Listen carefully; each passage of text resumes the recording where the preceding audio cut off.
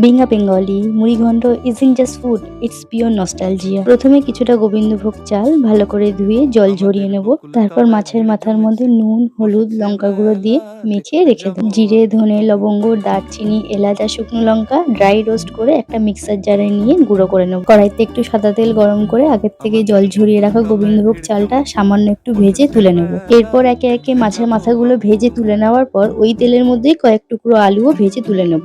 বেশ খানিকটা স্লাইস করা পেঁয়াজ, তেজপাতা, আদা রসুনের পেস্ট, টমেটো, কাঁচা লঙ্কা, নুন, হলুদ, লঙ্কা গুঁড়ো, জিরে গুঁড়ো, ধনে গুঁড়ো দিয়ে মশলাটা ভালো করে কষিয়ে নেব।